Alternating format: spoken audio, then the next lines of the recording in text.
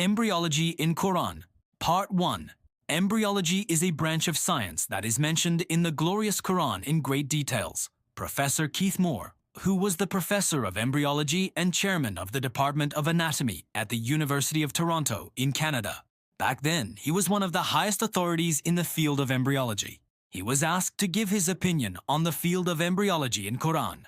Dr. Moore, after examining the Quranic verses, said that the verses of the Holy Quran are accurate as compared to the modern research results.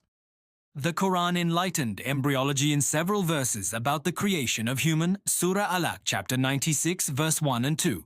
Proclaim, read, repeat in the name of thy Lord and Cherisher, who created man out of a leech-like clot. Dr. Moore discovered that the initial stage of an embryo looked like a leech. The Quran states the process of initiation of birth. Surah At-Tariq, chapter 86, verses 5 to 7. Now let man but think from what he is created. He is created from a drop emitted, proceeding from between the backbone and the ribs. Nutfa.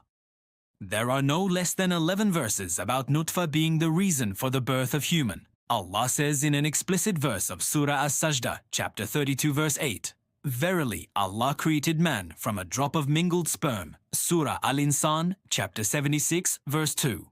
Here the Arabic word nutfa is hard to translate in English with appropriate expression. The meaning of nutfa is a drop of liquid. It is defined as one specific last drop that remains in a cup after emptying it. According to modern research, the sex of a child is determined by the 23rd chromosome pair. XX pair mean female, while XY pair means male. It wasn't possible to know this information 1400 years ago, but it is the glory of the Almighty that He mentioned this in the Quran 1400 years ago. Surah Al-Qiyamah, chapter 75, verse 37 to 39.